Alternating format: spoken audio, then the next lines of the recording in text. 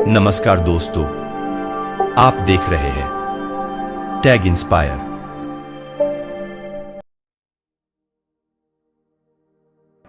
दोस्तों, श्रीमद् भगवद गीता के पास आपके हर प्रश्न का उत्तर है। चाहे आपकी कोई भी परेशानी हो, कोई भी इच्छा हो, श्रीमद् भगवद गीता आपके हर प्रश्न का उत्तर देती है, आपकी हर समस्या का हल देती है। चाहे वो परेशानी आपके मन की हो, या धन की हो, या आपके शरीर की हो, या आपके रिश्तों की हो, आपको अपनी हर समस्या का उत्तर श्रीमद् भगवद गीता में जरूर मिलेगा। श्रीमद् भगवद गीता साक्षात भगवान श्री कृष्ण की दिव्य वाणी है। इसकी महिमा अपार है, अप्रतिम है। उसका यथार्थ में वर्णन कोई नहीं कर सकता। गीता सर्वशास्त्रमय है। इसे सारे शास्त्रों का खजाना कहा जाता है। आज हम श्रीमद् भगवद गीता के अनमोल उपदेश आपको बताएंगे, जो आपकी पूरी जिंदगी बदल देंगे। बस आप इन बातों को वीडियो के अंत तक ध्यान से सुनिए। जो भी व्यक्ति इस वीडियो को अंत तक सुनेगा, उसे अपनी जिंदगी की हर परेशानी का हल अवश्य मिलेगा। उसे अपनी जिंदगी में जो कुछ भी चाहिए, उसे जरूर मिलेगा। श्रीमद् भागवत गीता का पहला उपदेश यही है कि कोई अगर आपका अपना है या कोई आपसे बड़ा है, तो उसका अपने प्रति गलत व्यवहार कभी भी सहन नहीं करना चाहिए। गीता का यह उपदेश हमारी जिंदगी से भी जुड़ा है। हम भी अपने मन की अधिकतर तकलीफों को यह सोचकर जिंदगी भर सहते रहते हैं कि ये तो मेरा अपना है, ये तो मेरा बड़ा है, इसको हम कैसे कुछ कह सकते हैं। हम अगर नहीं सहेंगे, कुछ कह देंगे, तो हमारे रिश्ते ही खराब हो जाएंगे, हमारे रिश्ते ही समाप्त हो जाएंगे। पर सोचने की बात यह है कि उस व्यक्ति को आप अपना कैसे मान सकते हैं जो आपकी तकलीफों की वजह हो। अपना तो वो होता है जो हमारी तकलीफों को दूर कर दे। गीता का यह उपदेश है कि किसी को भी अपना फायदा मत उठाने दो, किसी को भी खुद पर जुल्म मत करने दो, क्योंकि आप जितना सहोगे, लोग आपको उतना सहने के लिए और मजबूर करेंगे। गीता का पहला अध्याय जिसका नाम अर्जुन विषाद योग है, और दूसरा अध्याय जिसका नाम सांख्य योग है, इसके आरंभ में ही अर्जुन ने श्री कृष्ण के आगे अपना दुख प्रकट किया है कि हे केशव, मैं कौरवों से कैसे युद्ध कर सकता हूं। ये सब तो मेरे अपने ही है। मैं कैसे पितामह भीष्म और गुरु द्रोणाचार्य से युद्ध करूंगा, क्योंकि ये दोनों तो मेरे पूजनीय हैं। इसलिए इन गुरुजनों को मारने से तो अच्छा है कि मैं भिक्षा मांगकर गुजारा करूं। और जिन कौरवों से मैं युद्ध करने जा रहा हूं, वो सब धृतराष्ट्र के पुत्र मेरे भाई ही है, मेरे अपने ही है। इन सबको मारने से अच्छा है कि मैं सन्यासी बन जाऊं। तो श्री कृष्ण ने अर्जुन से कहा कि हे अर्जुन, यहां कौन अपना है और कौन पराया है। जो अधर्म करता है, उसके साथ युद्ध करना तुम्हें मोक्ष और मुक्ति देगा। तुम अपने इस मन के मोह को त्याग दो, नहीं तो सारा जग तुम्हारी निंदा ही करेगा, तुम्हें डरपोक कहेगा। और बात अपने पराये की नहीं है, बात धर्म और अधर्म की है, बात सही और गलत की है। अगर तुम गलत को सहोगे, उसका अंत नहीं करोगे, तो गलत करने वाले को और बल मिलेगा, वो और भी गलत करेगा। इसलिए अपने मोह को त्याग कर तुम युद्ध करो। महाभारत की एक और कहानी भी है। जब अर्जुन के पुत्र अभिमन्यु की युद्ध में मृत्यु हो जाती है, तब अर्जुन बहुत दुखी होते हैं, रोने लगते हैं। वो श्री कृष्ण से कहने लगते हैं कि मैं ये दुख सहन नहीं कर सकता, मैं भी अपने आप को समाप्त कर लूंगा। फिर भगवान श्री कृष्ण ने अर्जुन को आत्माओं के लोक में लेकर गए, जहां अभिमन्यु आनंद से बैठा हुआ था, क्योंकि उसने क्षत्रियोचित व्यवहार किया था, इसलिए उसे उत्तम पद की प्राप्ति हुई। जब अर्जुन अपने पुत्र अभिमन्यु के पास रोते रोते पहुंचा, तो अर्जुन अपने पुत्र को देखकर बहुत प्रसन्न हुए। उसे गले से लगाकर कहने लगे कि पुत्र, मैं तेरे बिना तो जी ही नहीं सकता। मैंने तो अपने जीवन की आशा का ही त्याग कर दिया है। तो अभिमन्यु कहने लगा कि आप कौन हैं? अर्जुन बोले, मैं तेरा पिता हूं, तू मेरा पुत्र हो अभिमन्यु। तो अभिमन्यु कहने लगा कि कौन पिता कौन पुत्र, मेरे हजारों जन्म हुए हैं। किसी जन्म में आप मेरे पिता बनते हैं और किसी जन्म में आपका पिता बनता हूं। आत्मा का ना तो कोई माता होता है और ना कोई पिता होता है। जब अर्जुन ने देखा मेरा पुत्र मुझे पहचान भी नहीं रहा, तो उसका सारा मोह ही खत्म हो गया। इसलिए गीता के उपदेश को ठीक से समझ लो कि यहां कोई अपना पराया नहीं है जो बुरे वक्त में, तकलीफ के वक्त में तुम्हारा साथ दे। सिर्फ वही हमारा अपना है, बाकी सब पराये है। गीता का दूसरा उपदेश यह है कि जो चला गया है उसका कभी दुख मत करो। गीता को हम भगवान से भी बढ़कर कहे तो कोई अतिशयोक्ति नहीं होगी। श्रीमद् भगवद गीता एकमात्र ऐसा ग्रंथ है जो मनुष्य को जीने का सही तरीका बताती है। गीता जीवन में धर्म, कर्म और प्रेम का पाठ पढ़ाती है। श्रीमद् भगवद गीता का ज्ञान मानव जीवन और जीवन के बाद का जीवन दोनों उपयोगी माना गया है। इसलिए गीता के विचारों को आप हर रोज रात में सोने से पहले जरूर सुनें। दीपक का जीवन इसलिए वंदनीय नहीं है कि वह जलता है, बल्कि इसलिए वंदनीय है कि वह दूसरों के लिए जलता है। दूसरों से नहीं जलता। हमारी आस्था की परीक्षा तब होती है जब हम जो चाहे वो ना मिले और फिर भी हमारे दिल से प्रभु के लिए शुक्रिया ही निकले।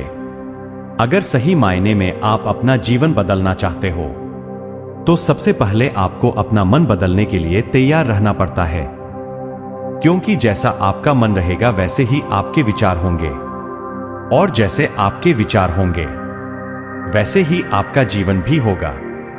नीच विचार रखोगे तो नीच बन जाओगे, अच्छे विचार रखोगे तो ऊंचाई पर जाओगे।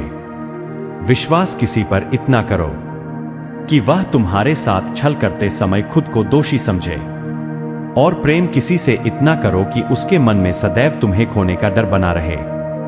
भगवान श्री कृष्ण कहते हैं कि व्यक्ति को सदैव बुराई से बचकर रहना चाहिए। अगर कोई बुरा कर्म करता है तो वो कर्म उसको अपने जीवन में चुकाना ही पड़ता है। जिस प्रकार सैकड़ों गायों के बीच बछड़ा अपनी मां को खोज लेता है, ठीक उसी प्रकार कर्म का फल आपको हजारों की भीड़ में भी खोज लेगा। माधव कहते हैं, किसी जीव को कष्ट देकर आप मुझे खुश नहीं देख सकते हो। श्री कृष्ण जगत के स्वामी है, वो कण कण में निवास करते हैं। छोटे से छोटे जीव के हृदय में ईश्वर का वास होता है। किसी जीव को कष्ट का अनुभव होना ईश्वर को कष्ट का अनुभव कराता है। इसीलिए किसी भी जीव को कष्ट देना ईश्वर को कष्ट देने के समान है। मृत्यु एक अटल सत्य है जिसे कभी बदला नहीं जा सकता है। इस संसार का जब से निर्माण हुआ है तब से जन्म मृत्यु का चक्र चलता आ रहा है। जिस प्रकार मनुष्य अपने पुराने वस्त्रों को त्याग कर नए वस्त्र धारण करता है, ठीक उसी प्रकार आत्मा पुराने व्यर्थ शरीर को त्याग कर नए शरीर को धारण करती है। यह प्रकृति का नियम है। इस सत्य को स्वीकार करके भय मुक्त होकर आज में जीना चाहिए। ज्ञानी व्यक्ति ना तो मरने वाले का शोक करते हैं और ना ही उनका शोक करते हैं जो अभी जिंदा है, क्योंकि वो जानते हैं जो मर गया वो फिर से जन्म लेगा, और जो जिंदा है वो एक दिन जरूर मरेगा। केवल ज्ञान ही एक ऐसा अक्षय तत्व है जो कहीं भी किसी भी अवस्था में और किसी भी काल में मनुष्य का साथ नहीं छोड़ता। धरती पर जिस प्रकार मौसम में बदलाव आता है, ठीक उसी प्रकार जीवन में भी सुख दुख आता जाता रहता है। युद्ध हो या जीवन सफलता केवल 3 शस्त्रों से प्राप्त होती है: धर्म, धैर्य और साहस। कोई भी मनुष्य जन्म से नहीं बल्कि अपने कर्मों से महान बनता है। कुछ पाना है तो खुद पर भरोसा कीजिए, क्योंकि सहारे कितने भी सच्चे और अच्छे हो साथ छोड़ ही जाते हैं।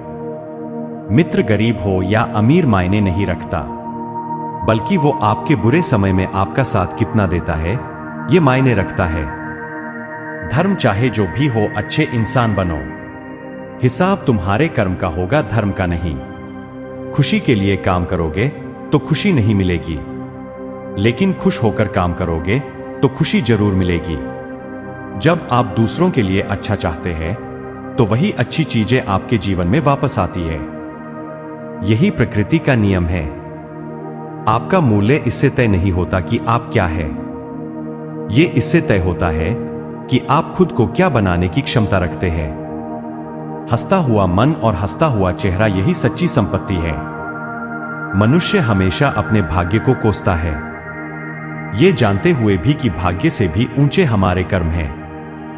कभी कभी लगता है कि अच्छे कार्य करते रहने से उसका फल अच्छा नहीं मिलता और भगवान सारे दुख हमारी ही झोली में डाल देता है, लेकिन ऐसा नहीं है। कभी भी जब पुण्य कार्य करें तो उसको ईश्वर पर समर्पित कर दें और मन में किसी भी तरह का भाव ना रखें। संसार में सब कुछ अंतवसन है, इसलिए पाप और पुण्य भी अंतवसन को प्राप्त होता है। लेकिन पाप और पुण्य में थोड़ा अंतर यह है कि पुण्य का फल यदि हम नहीं चाहते तो उस फल को अस्वीकार करने के लिए स्वतंत्र है। इसलिए जो भी हम सत्कर्म करते हैं अंत में प्रभु को समर्पित कर देते हैं। लेकिन यह सवाल उठता है कि क्या भगवान स्वीकार करेंगे? निश्चित स्वीकार करेंगे, क्योंकि भगवान ने स्वयं गीता में अर्जुन से कहा है कि हे कुंती पुत्र, तुम जो भी करते हो, जो भी खाते हो, पवित्र यज्ञ अग्नि में जो आहुति डालते हो, जो भी दान देते हो, जो भी तपस्या करते हो, वो सब मुझे अर्पित करते हुए करो। इसलिए जो भी कर्म करें भगवान को समर्पित करने के भाव से करें। इस प्रकार हम जो भी पुण्य कर्म करेंगे ईश्वर को साथ रखकर सृष्टि जन कल्याण की भावना से करेंगे और उसे ईश्वर को समर्पित भी कर देंगे, ताकि उस पुण्य का भी अभिमान ना हो। देखो, पाप लोहे की जंजीर है तो पुण्य सोने की बंधन है। लोहे की जंजीर से छूटने का आदमी को मन भी करता है, लेकिन सोने की जंजीर से जो बंधा हुआ हो उसको वो बंधन प्यारा लगने लगता है, उसमें उसको धन नजर आता है, उससे छूटने का मन नहीं करता। गीता में श्री कृष्ण ने कहा है कि पुण्य कर्म मुझे समर्पित कर, मुझे अर्पण कर दो, नहीं तो उसके बंधन में बंधे रहोगे। लेकिन जहां तक पाप कर्म की बात है तो कहा गया है कि वह भोगना ही पड़ता है। रामचरितमानस में निषाद राज को राम जी का प्रेम यानी भक्ति मिली। भगवान राम को गंगा पार कराने पर जब खेवट को उतराई देने लगे तो उसने विनय पूर्वक उसे स्वीकार करने से इनकार कर दिया, तो भगवान ने खेवट को विमल भक्ति का वरदान देकर अनुग्रहित किया। भक्ति एक ऐसी चीज है जो पुरुषार्थ से प्राप्त नहीं होती, जिस पर ईश्वर कृपा करते हैं उसी को प्राप्त होती है। भक्ति ऐसी है कि परमात्मा जिस पर प्रसन्न होते हैं, वो जिसको देना चाहते हैं उसी को मिलती है। अद्भुत मूल्यवान पदार्थ जिसको प्रेम पदार्थ कहते हैं वह भक्ति है। मैं तो कहता हूं कि जैसे आप अपने देश का धन किसी अन्य देश के धन से परिवर्तित कर लेते हैं, उसी प्रकार पुण्य भी परिवर्तित करा लो प्रभु प्रेम में। एक दर्पण अपनी काबिलियत कभी नहीं बदलता, फिर चाहे वह 2 टुकड़ों में विभाजित हो या 1000 टुकड़ों में। इसलिए अपने असली बर्ताव को कभी नहीं बदले, चाहे कैसी भी परिस्थिति क्यों ना हो। जब परिस्थितियां हमारे वश में ना हो तब मन की स्थिति बदल के देखिए, सब कुछ तो नहीं पर बहुत कुछ आपके अनुरूप हो जाएगा। पैर के नीचे रखी भगवान की टूटी मूर्ति को देखकर समझ आया कि परिस्थिति चाहे कैसी भी हो पर कभी खुद को टूटने नहीं देना, वरना ये दुनिया जब टूटने पर भगवान को घर से निकाल सकती है तो फिर हमारी तो औकात ही क्या है। पानी को कसकर पकड़ोगे तो वो हाथ से छूट जाएगा, उसे बहने दो, वो अपना रास्ता खुद बना लेगा। कभी कभी जब परिस्थितियां समझ में ना आए तो जो कुछ जीवन में घटित हो रहा है उसे शांत भाव व तटस्थ होकर बस देखना चाहिए। समय आने पर जीवन अपना मार्ग खुद बना लेगा। कठिन परिस्थिति में ही दिमाग को शांत करने की जरूरत पड़ती है, उस समय सारा माहौल विपरीत होता है। आपसे एक सवाल पूछता हूं, अगर अचानक कहीं आग लग जाए तो आप क्या करेंगे, कैसे बुझाए? तो आप कहेंगे कि ऐसी परिस्थितियों के लिए हम पहले से ही इंतजाम करके रखेंगे। आप बिल्कुल सही कह रहे हैं। सभी जगहों पर ऐसी परिस्थितियों से निपटने के लिए कुछ ना कुछ इंतजाम पहले से होता है। आपको शायद मेरी यह बात अजीब लग रही होगी, लेकिन इसी में आपके सवाल का जवाब है। जैसे आग लगने पर कुआं नहीं खोद सकते, वैसे ही अचानक मुश्किल हालात आने पर मन को शांत नहीं कर सकते। चाहे उस समय कितनी ही मोटिवेशनल स्पीच सुन लीजिए, वीडियो देख लीजिए, भक्ति भजन कर लीजिए, पर मन शांत नहीं होगा। अगर पहले से ही मन को सकारात्मक सोच, अध्यात्म और सच्ची भक्ति में लगाया होगा, या फिर मन की तीव्र गति को ध्यान द्वारा साधा होगा और अच्छे लोगों की संगत में रहते होगे, तभी मन मुश्किल समय में शांत रह सकता है। वरना तो वही पुरानी कहावत है कि आग लगने पर कुआं नहीं खोदा जाता। इसलिए जब जीवन में सब कुछ सही चल रहा हो, शारीरिक रूप से भी ठीक हो, तभी से मन को शांति के मार्ग में लगा दे, ताकि मुश्किल समय आने पर दिमागी संतुलन बना रहे और बुरे वक्त को ठीक से मैनेज कर सके। जो लोग कठिन परिस्थिति में हाथ पर हाथ रखकर बैठ जाते हैं, उनका दिमाग शांत नहीं रहता है। वे अपने हालात को बदल नहीं पाते हैं। काम करने से बुरे विचार दिमाग में नहीं आते हैं, बल्कि आप काम करने के फल स्वरूप कुछ पाते हैं। यदि बुरा हुआ तो अनुभव मिलता है, वरना सफलता के दर्शन होते देर नहीं लगती है। जब हालात विपरीत हो, तब आप लंबी गहरी सांस लेने की कोशिश करें। आपका सारा ध्यान आसपास की बुरी बातों से सिमटकर सांसों पर केंद्रित हो जाएगा। आप सिप सिप करके पानी पीने की कोशिश करें। आप खाली ना रहे कोई मनपसंद काम करें, क्योंकि खाली दिमाग शैतान का घर होता है। समय पर भरोसा रखें। आज तक कोई ऐसी रात नहीं हुई जिसका सवेरा ना हुआ हो। जंगल में लगी बड़ी से बड़ी आग भी एक दिन शांत हो ही जाती है। कुछ ना कुछ नया सीखते पढ़ते रहे। ये इन परिस्थितियों के उपहार स्वरूप आपको हमेशा याद रहेगा। आत्मचिंतन मनन करने का यही समय होता है, क्योंकि जब दरवाजे खुलने लगेंगे तो फिर दौड़ शुरू हो जाती है। यह समझिए, ईश्वर ने सबसे मुश्किल रोल के लिए आप जैसे बेहतर कलाकार को चुना है। हर घटना के पीछे प्रकृति का कोई प्रयोजन होता है। इस समय को टिक टिक करती घड़ी की सुई की तरह लें। सभी को अपने हिस्से का सुख या दुख स्वयं ही भोगना होता है। सुख में तो फिर भी सभी मिलेंगे लोग आसपास आपको, लेकिन दुख में कोई नहीं आता मदद करने, सभी दूर खड़े रहते हैं। और कई बार तो हम दुख में खुद को बिल्कुल अकेला पाते हैं। पर शायद यह सोचना भी पूरी तरह से सही नहीं है। ईश्वरीय शक्ति तो है हमारे आसपास, बस आवश्यकता होती है तो उन शक्तियों को पहचानने की। बस एक बार कुछ फुर्सत के पल निकालकर उन्हें दिल से याद तो कीजिए। वे अवश्य आते हैं हमारी मदद करने। जब दुखों से हार जाओ तो घबराने से कुछ नहीं होगा। तुम्हारा जीवन इतना संघर्ष भरा क्यों हुआ, जरा यह तो सोचो। लोग तो यह भी कहते हैं, पिछले कर्म ऐसे होंगे तभी तो इतना दुख मिला है। नहीं पगले, बिल्कुल नहीं, बल्कि तुम इस कार्य के लिए चुने गए हो। उस प्रभु के द्वारा तुम में इतनी क्षमता है कि तुम सहन कर सकते हो हर कष्ट, हर दर्द। विपरीत परिस्थितियों में भी जो ना टूटे, खरा सोना बनकर निकले, ऐसे हो तुम। कई बार हम सोचते हैं बस बहुत हुआ, अब नहीं होगा। कुछ खुद से तो सोचो, क्या किसी ने कहा है तुमसे यह सब सहन करने के लिए?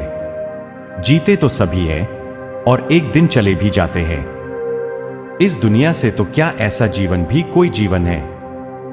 जब तक कि कोई संघर्ष ना हो, आपको अपने विचारों पर नियंत्रण रखने की जरूरत नहीं है। आपको बस उन्हें अपने ऊपर नियंत्रण करने देना बंद करना होगा। एक व्यक्ति शांत मन के जितना करीब आता है, वह मंजिल के उतना ही करीब होता है। मन पानी की तरह है, जब यह अशांत होता है तो देखना मुश्किल हो जाता है। जब यह शांत होता है तो सब कुछ स्पष्ट हो जाता है। अपनी आंखें बंद करें, कुछ देर के लिए अपना दिमाग बंद करें, क्योंकि वहां एक शांत भूमि है जो आपकी उपस्थिति का इंतजार कर रही है। कभी कभी समुद्र के शांत होने की प्रतीक्षा करने का समय नहीं होता है। यदि आपको अपने लक्ष्य तक पहुंचना है तो अपनी यात्रा शुरू करें और तूफान को अपना रास्ता बनाने दें। धैर्य प्रतीक्षा करने की क्षमता नहीं है। धैर्य का अर्थ है शांत रहना, चाहे कुछ भी हो जाए। इसे सकारात्मक विकास के अवसरों में बदलने के लिए लगातार कार्य करना और यह विश्वास रखना कि जब आप प्रतीक्षा कर रहे हो तो अंत में सब कुछ ठीक हो जाएगा। जब आप आंतरिक शांति का अनुभव करते हैं तो आप स्वीकार करते हैं कि आप कौन हैं। आपकी ताकतें, खामियां, इच्छाएं, सपने, वो सब कुछ जो आपको विशिष्ट रूप से आप बनाता है। आप अपने आसपास की दुनिया और सामने आ रही स्थितियों को अधिक स्वीकार करने का अनुभव करते हैं, जिससे चिंता और तनाव का आप पर कम नकारात्मक प्रभाव पड़ता है। सामने खड़े व्यक्ति की उम्र और बुद्धि से किसी के मन की बात पता लगाना संभव नहीं है। मन की बात सिर्फ प्यार और सहानुभूति से ही जानी जा सकती है। यदि आप पॉजिटिव रहना चाहते हैं तो अपना अधिक समय उन्हीं के साथ बिताएं जो आपको खुश रखते हैं, या फिर उनके साथ जो आपको प्रभावित करें। हारा हुआ खेल दोबारा तो खेला जा सकता है, लेकिन एक बार जो मन से हार गया वो कभी जीत नहीं सकता। सफलता की राह प्रत्यक्ष तौर पर कहीं नहीं होती, बल्कि वो आपके मन में होती है।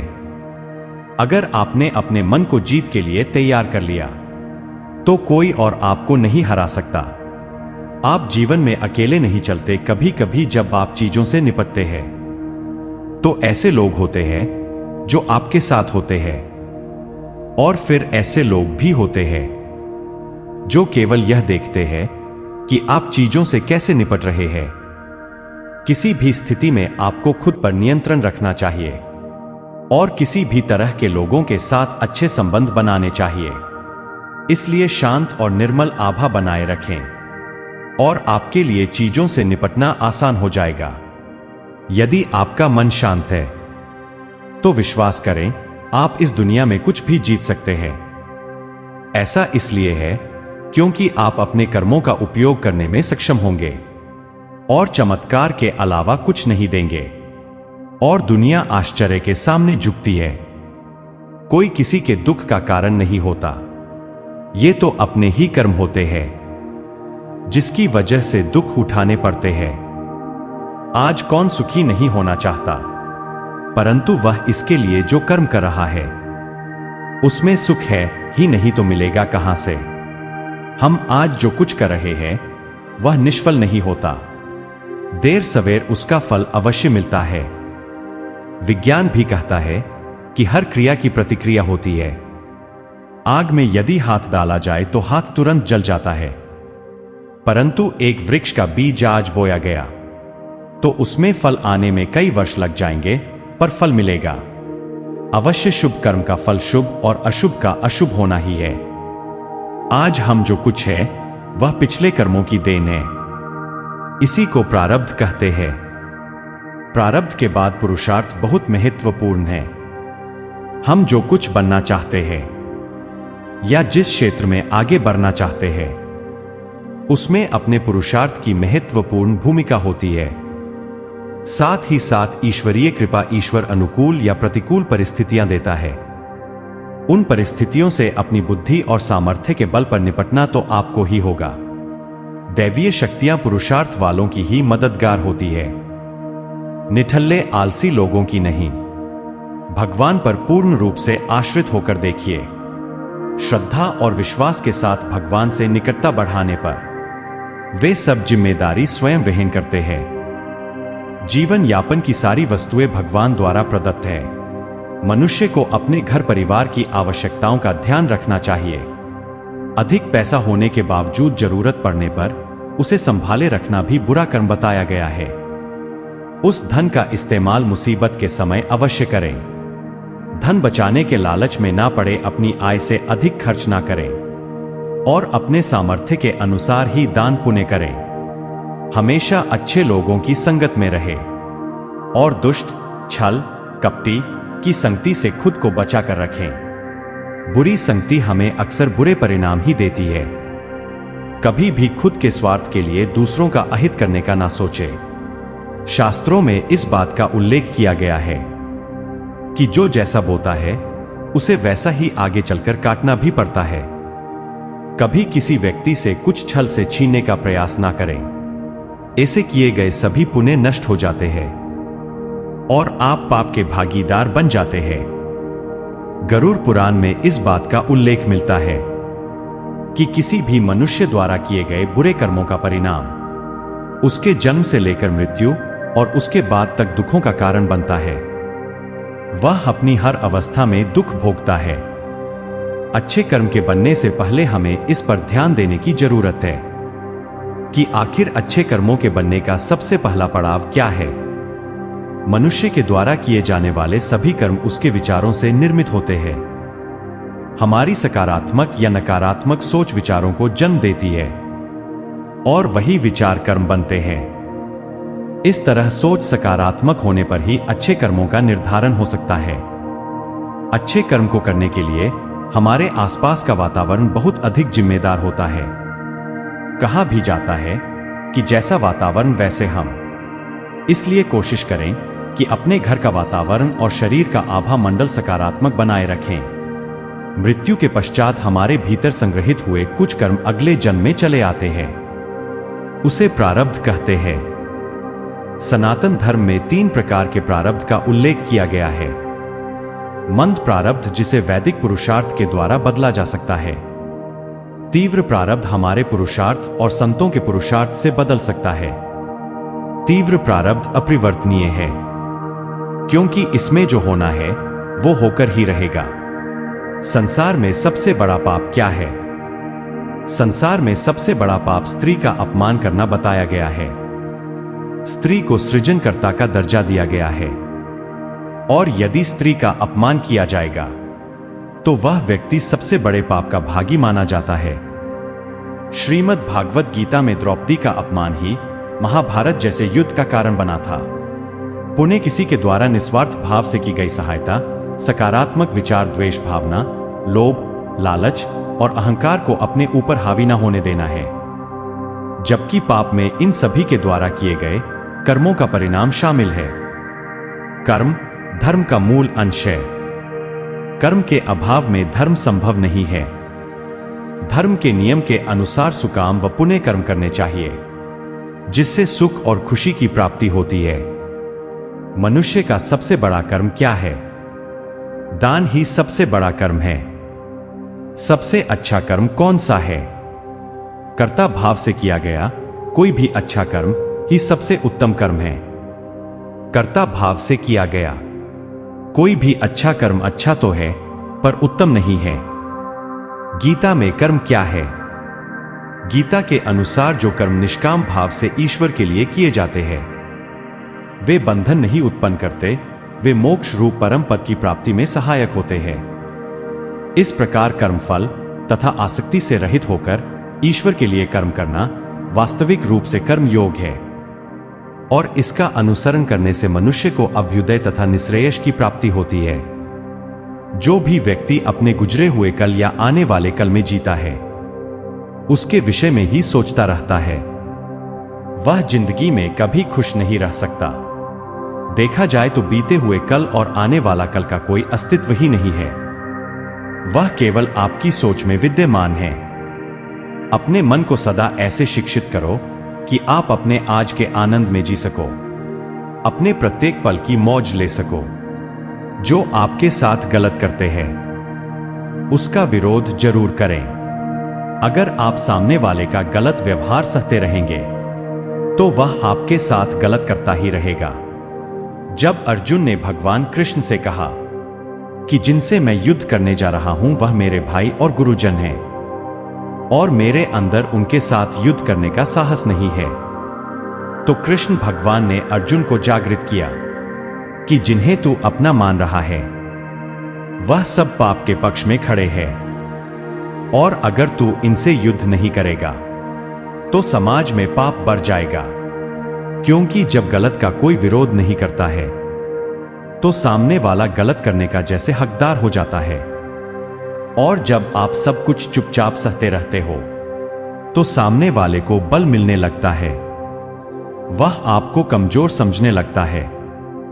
लेकिन जब आप उसके द्वारा किए गए अधर्म को रोक लेते हैं, उसका विरोध करते हैं, तब वह अपनी सीमा में रहना सीख जाता है। यह कलयुग है। अगर आप खुश रहना चाहते हैं तो आपको अपनी रक्षा खुद करनी होगी। रिश्ते हमें दुख नहीं देते हैं, पर उनके प्रति हमारा मोह हमें दुख देता है। आज से ही अपने मोह को छोड़कर प्रेम का सबक पक्का करें। मोह अपेक्षाओं से जुड़ा है, जबकि प्रेम केवल देना जानता है। मोह एक दो के लिए होता है जिन्हें हम अपना मानते हैं। प्रेम सबके लिए होता है। मोह से कमजोरी पैदा होती है। इसके विपरीत प्रेम से ताकत महसूस होती है। मोह में इंसान एक दूसरे को बांधने की कोशिश करता है, जबकि प्रेम एक दूसरे को फ्रीडम देता है। भगवद गीता हमें सिखाती है कि हमें सदैव अच्छे कर्म करने चाहिए। परमात्मा की प्रकृति में इंसाफ अवश्य होता है। आपके द्वारा किए गए अच्छे कर्म आपको मुश्किल वक्त में परेशानी से बचाते हैं। इसी तरह आपके द्वारा किए गए गलत कर्म की सजा भी आपको जरूर मिलती है। भगवद गीता में श्री कृष्ण ने अर्जुन को यही सिखाया है कि क्षत्रिय होने के नाते जो तेरा कर्तव्य है, जो तेरे लिए सही है, वही काम करो। दुनिया के लोग ज्ञान और अज्ञान दोनों से चलते हैं, इसलिए तू दुनिया का अनुसरण ना कर, बल्कि सत का अनुकरण करो। तेरा धर्म, तेरा कर्म यही है कि तू अधर्म का नाश कर और धर्म की रक्षा कर। ऐसे ही हर इंसान का अलग अलग कर्तव्य होता है। हम कभी भी कुछ भी इसलिए ना करें कि सब लोग यही करते हैं। अगर आप भी वही करोगे जो सारी भीड़ कर रही है, तो आप उस भीड़ में कहीं खो जाओगे। लेकिन अगर आप विचार करके वह काम करोगे जो आपके लिए सही है, जिसकी आप में प्रतिभा है, तो सारी भीड़ में भी आप अलग नजर आओगे। इस बात का हम सदा विश्वास रखें कि जो चीज हमारी है वह कहीं ना कहीं से हमारे पास अवश्य पहुंच जाएगी। और जिंदगी में जो कुछ भी आपको हासिल नहीं हुआ है, उसका पछतावा करना और उसके लिए रोना छोड़ दे। प्रयास करना मनुष्य के हाथ में है, पर उसका फल उसके हाथ में नहीं है। पर आलसी कामचोर उसे नहीं पा सकता। मनुष्य को ईश्वर ने असीमित शक्ति दी है, बुद्धि और पुरुषार्थ दिया है, जिसको बलपूर्वक हासिल नहीं किया जा सकता। भय और अतृप्त वासना ही समस्त दुखों की जड़ है। जीवन भर मनुष्य आजीविका के प्रपंच में उलझा रहता है। मैं और मेरा, तू और तेरा का जाल बुनकर स्वयं उसी में उलझा हुआ अनेकों प्रकार के अनैतिक कर्मों में लगा रहता है। भविष्य के भय को सोचकर अपना वर्तमान भी बिगाड़ लेता है और श्रेय मार्ग को छोड़कर प्रेय मार्ग का अनुगामी हो जाता है, जिसमें दुख के सिवा कुछ है ही नहीं। इस मार्ग पर चलने वाले लोग जीवन की सत्यता, मृत्यु को भी नकारने लगते हैं और भविष्य के लिए नैतिक अनैतिक तरीका अपनाकर धन संग्रह में लगे रहते हैं। लोभ, मोह और स्वार्थ से ऊपर उठे बिना सच्चे सुख की कल्पना नहीं की जा सकती। सच्चा सुख तो त्याग की राह पर चलकर पाया जा सकता है। हमारा सनातन धर्म भौतिक सुख के उपभोग को बुरा नहीं मानता, पर इसका आधार धर्म होना चाहिए। धर्म का आचरण करने से छल, कपट, ईर्ष्या जैसे अनैतिक कर्म में मनुष्य लिप्त नहीं होगा और मेहनत से जो कमाया है उसी को हरी इच्छा समझकर संतोष करेगा। संतोष से परम सुख की प्राप्ति होगी। क्रोध, लोभ, मोह सभी दुख देने वाले हैं। इनसे हमेशा बचना चाहिए, अन्यथा सुख शांति दूर भागेगी। त्याग और परहित से बढ़कर कोई सुख नहीं है। इसे यथासंभव अपने आचरण में लाना चाहिए। कभी किसी अंधे को सड़क पार कराकर किसी प्यासे को पानी पिलाकर देखिए। लोगों से मधुर व्यवहार करके देखिए। इसमें आपका कोई पैसा खर्च नहीं होगा, पर अतुलनीय सुख की प्राप्ति होगी। विश्वास करना सीखिए, विश्वास कीजिए कि सारी सृष्टि को रचने वाला परमेश्वर है और हम सभी उसकी संतान हैं। विश्वास किसी तर्क की कसौटी पर नहीं कसा जा सकता। आथ सभी में, चाहे वह इंसान हो, पशु पक्षी हो, या पेड़ पौधे हो, सब में ईश्वर का वास मानकर घृणा को त्याग कर प्रेम करना सीखिए। यही सतत सुख शांति की राह है। घर में छोटे मोटे मनमुटाव तो चलते रहते हैं, पर यह कलह के कारण बनकर दुखदायी भी हो जाते हैं। इसका मुख्य कारण है कि हम अंधकार की गांठ तो मजबूती से बांध लेते हैं, पर कर्तव्य की पूरी तरह उपेक्षा करते हैं। अपना कर्तव्य भली भांति निभाते हुए यदि दूसरों की बातों पर गौरपूर्वक विचार किया जाए तो निश्चित लगेगा कि मनमुटाव के अनेक कारण बिना सिर पैर के बेतुके ही थे। अहम पालने के बजाय यदि कारणों की तरफ सोचा जाए तो मनमुटाव का प्रश्न ही नहीं होगा। सेवा लेने की बजाय सेवा देने का भाव आपकी खुशी कई गुना बढ़ा देगा। प्रेम और मधुर व्यवहार से मनुष्य तो क्या, पशु पक्षी भी अपने बन जाते हैं। जीवन का मार्ग टेढ़ा मेंढा कांटों से भरा है। जीवन कोई फूलों की सेज नहीं है जो आसानी से पार हो जाए। हमें इसी उतार चढ़ाव के जीवन में स्वयं को कैसे आगे बढ़ाना है, यही विचारणीय है। परिस्थितियां तो आपको हंसाएगी भी और रुलाएगी भी, पर अपने संतुलन को नहीं खोना। हर स्थिति परिस्थिति का सामना करते हुए चलते चले जाओ। भगवान कृष्ण ने गीता में यही उपदेश दिए हैं कि विपरीत परिस्थितियों में भी संतुलन बनाकर जीवन के मार्ग पर कैसे बढ़ते जाना है। पहली बात तो यही कि अपने नियमों में दृढ़ बनिए, अनुशासन का पालन कीजिए और छोटी छोटी बातों में उलझ कर समय व्यर्थ नहीं करना। यह समझिए कि जीवन बहुत मूल्यवान है। जो समय निकल गया वह लौट कर नहीं आ सकता, इसलिए व्यर्थ की बातों में अपना समय और शक्ति ना बर्बाद करें। अपने जीवन का कोई एक लक्ष्य निर्धारित कीजिए, क्योंकि लक्ष्यहीन जीवन का कोई मूल्य नहीं। जब आपके सामने कोई लक्ष्य होता है तो व्यक्ति को दिशा भी मिलती है और कुछ करने का उत्साह भी। वैर भाव, ईर्ष्या, क्रोध, ये सब ऐसे दुर्गुण हैं जो आपकी प्रगति में बाधक है। इस सब से हमें दूर रहना है। यदि आप किसी के साथ वैर भाव या बदला लेने की भावना लेकर चलते हैं तो आप अपनी ऊर्जा का स्वयं ही ह्रास कर रहे होते हैं। दुर्गुणों को एक एक करके बाहर निकालना है और सद्गुणों को अपने अंदर भरते जाना है, क्योंकि बुरी आदतें हमारे अंदर किराएदार बनकर आती है और फिर मालिक बनकर बैठ जाती है, जो दुख और अशांति का कारण बनती है। अपने स्वभाव को और आदतों को लगातार चेक करते रहिए कि कहीं मैं गलत दिशा में तो नहीं जा रहा। आत्मचिंतन ही एक ऐसा आईना है जो आपको आपकी बुराइयों से अवगत कराता है, क्योंकि किसी के कहने से आप नहीं मानेंगे। स्वयं का निरीक्षण करते रहिए और धीरे धीरे अपने व्यक्तित्व को निखारते रहिए। अध्यात्म से जुड़कर आप अपने को बहुत ऊंचा उठा सकते हो, क्योंकि जिस व्यक्ति के जीवन में धर्म नहीं, भक्ति नहीं, वह तो पशु तुल्य है। तो साधारण मनुष्य भी असाधारण हो जाता है। अपने जीवन को संतुलित करना, नियमों से बांधना, आध्यात्मिक होना, ध्यान, पूजा पाठ, हर चीज के लिए समय निर्धारित करके चलना, मन में नकारात्मक विचारों को ना आने देना, सब शुभ को ही अपनी ओर आमंत्रित कीजिए। यही शांति का मूल मंत्र है। सनातन धर्म में कर्म और कार्य कारण के सिद्धांत से जुड़ा हुआ है। कर्म का अर्थ है कोई कार्य या क्रिया जिसके आधार पर अन्य प्रतिक्रियाएं या परिणाम निकलते हैं। मनुष्य के अच्छे कर्म का अच्छा प्रभाव और उसके बुरे कर्म का बुरा प्रभाव देते हुए पूर्व जन्मों का एक चक्र बन जाता है, क्योंकि कुछ कर्म ऐसे होते हैं जिनका भुगतान उस जन्म में नहीं होता। इस तरह इस चक्र में अगले जन्म में उन कर्मों का फल भुगतना ही होता है। वही कार्य कारण सिद्धांत का संबंध न केवल भौतिक युग से होता है, बल्कि हमारे द्वारा किए जा रहे कार्यों, सोचे जा रहे विचारों, कहे जा रहे शब्दों तक पर यह लागू होता है।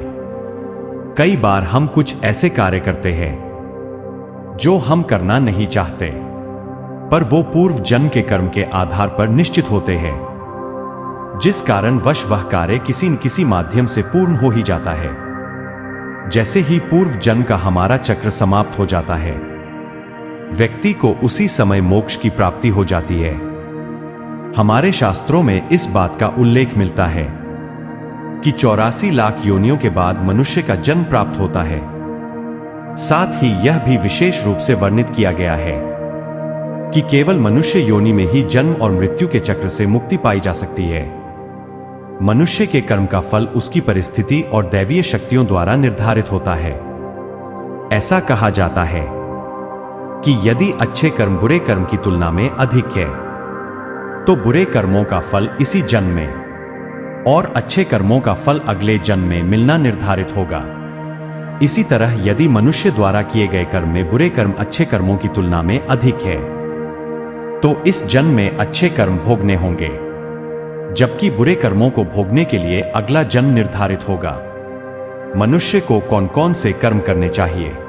हम जीवन में किसी की मदद करें या ना करें, पर किसी का भी दिल हमारी वजह से ना दुखे, यह बात हमेशा हमें याद रहे। अगर हम किसी का भी दिल दुखाएंगे तो हमें भी उसका दर्द अवश्य मिलेगा।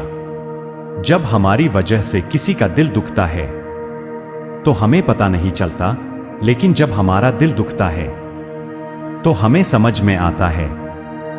भगवद गीता हमें सिखाती है कि जो कुछ भी होता है अच्छे के लिए होता है। जो हो रहा है उसमें भी कोई भलाई अवश्य है, और जो होगा उसमें दृढ़ विश्वास रखें कि अच्छा ही होगा।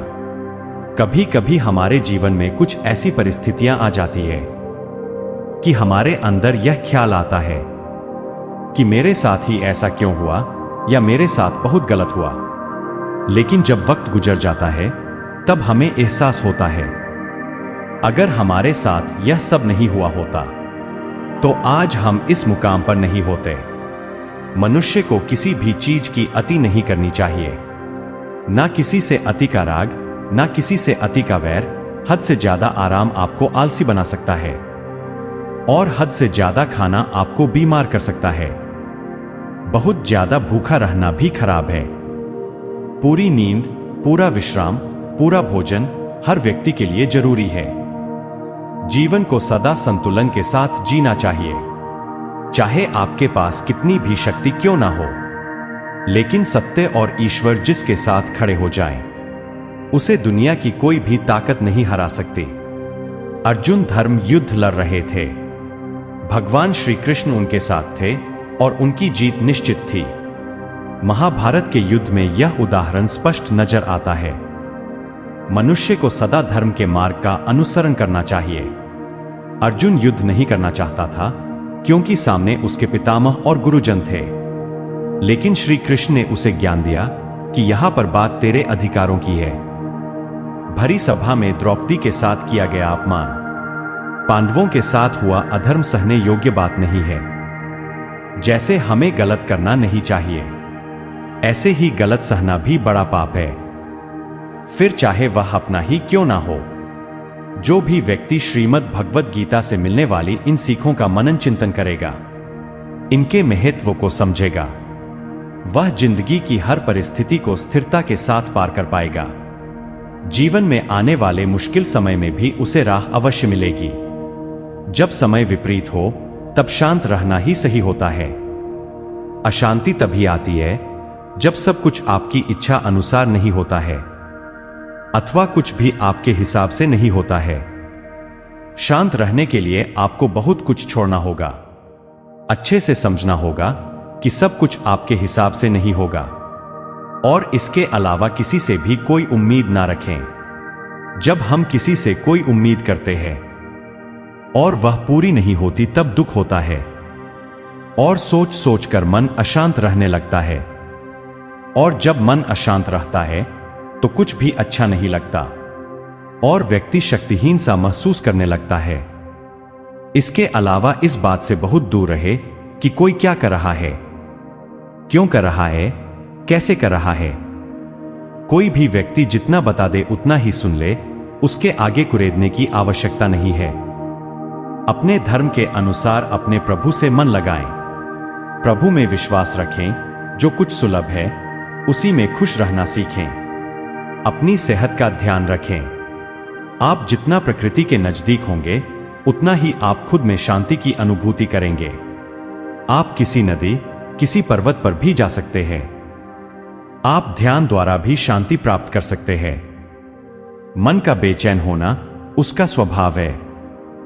हमारे मन को लगता है कि अगर वह अलग अलग बातों के बारे में सोचता रहेगा तो हमें आने वाली हर मुश्किल और मुसीबत से बचा लेगा। पर ऐसा होता नहीं है। हम अपने जीवन का काफी अधिक समय सोच विचार करके परेशान होने में निकाल देते हैं। भगवान श्री कृष्ण कहते हैं कि मन का यह स्वभाव बदलना मुश्किल जरूर है, असंभव नहीं। अच्छा, अब आप एक बात बताइए, क्या आप कोई को कह सकते हैं कि वह काव काव की आवाज ना करे? या फिर क्या आप किसी मेंढक को कह सकते हैं कि वह पानी देखते ही ऊंची छलांग ना मारे? हमारे मन का भी कुछ ऐसा ही है। जीवन में कुछ भी होता है, अच्छा या बुरा, हमारा मन उस पर काव काव करने लगता है। काव काव से मेरा मतलब है चिंता करना, व्याकुल होना। कोई बुरी बात होती भी नहीं है और मन परेशानी की ऊंची ऊंची लपटें लेने लगता है। कभी कभी तो मुझे ऐसा लगता है कि हम में से कई लोग सिर्फ परेशान होने के लिए जीते हैं। सारी परेशानी, पीड़ा, दुविधा अक्सर हमारी मन की बनाई हुई कहानियां होती है। हमारे मन को शांत और स्थिर करने के लिए दो उपाय देते हैं। पहला ध्यान लगाना या मेडिटेशन, दूसरा वैराग्य भाव सीखना।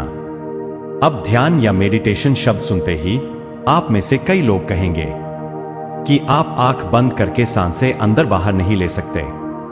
यहां हम सब गलती कर बैठते हैं। मेडिटेशन या ध्यान का मतलब सिर्फ आंख बंद करके बैठना नहीं होता।